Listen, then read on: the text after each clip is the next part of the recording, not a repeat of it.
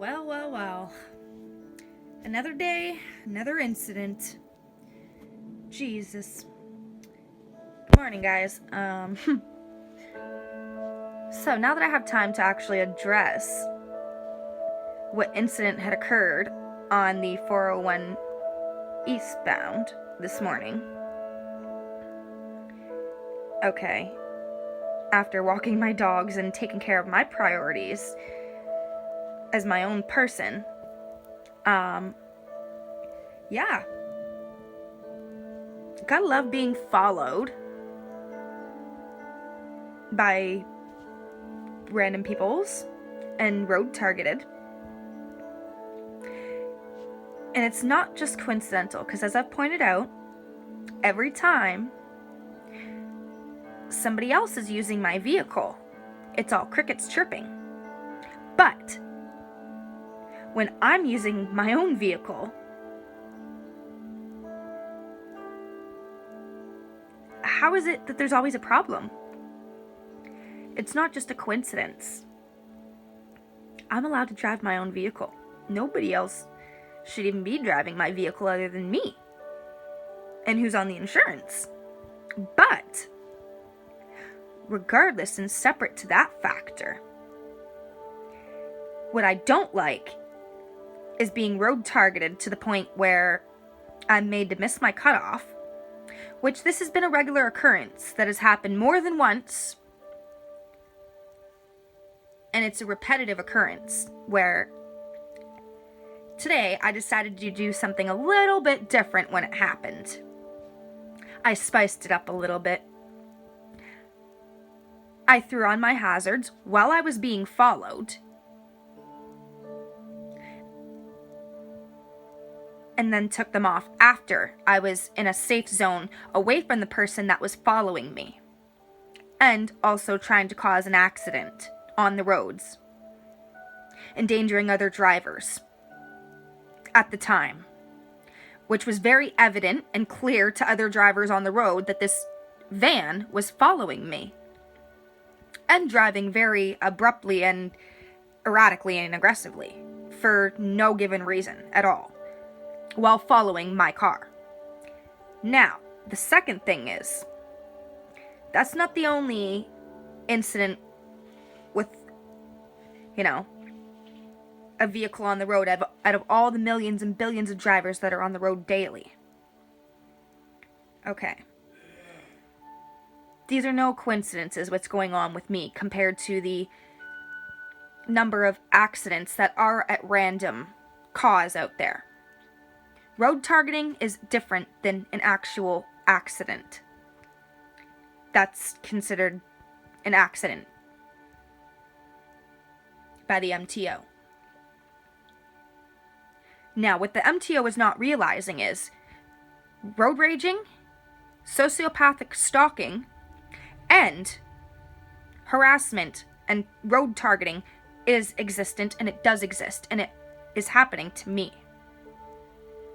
as a public figure too, where I was also followed by another vehicle on the 401 eastbound, and they had attempted to slam into the side of my vehicle, forcing me to miss my cutoff when I was cutting off in between here, Ontario, and Dixie.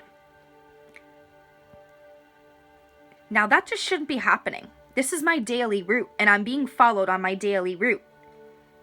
That these occurrences on the road are happening. So how does that work?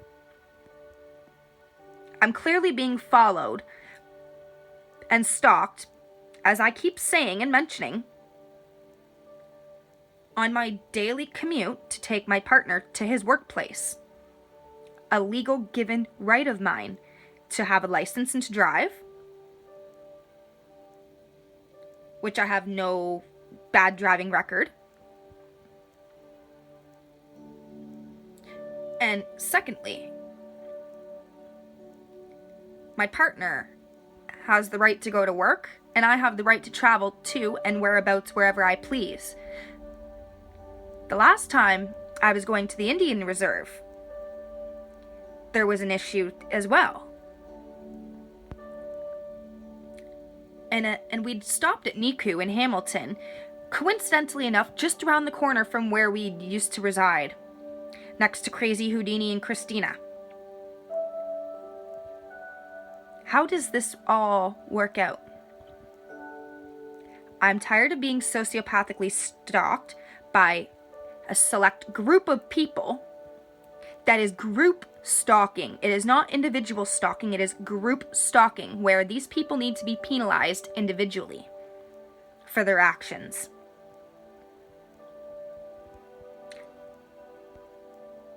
People are getting more than fed up.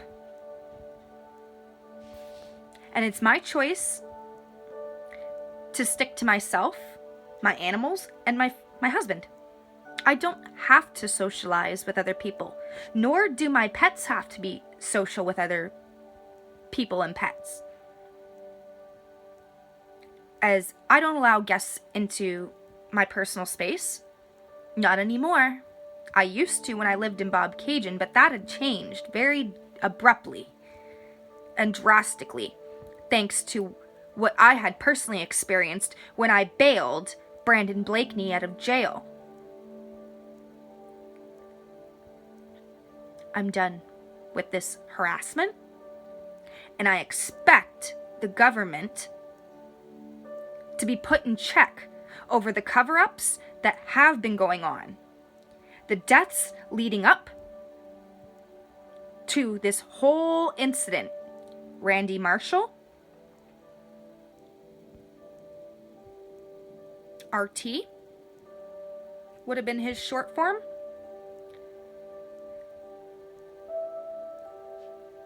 Enough of this social circle of drug addicts.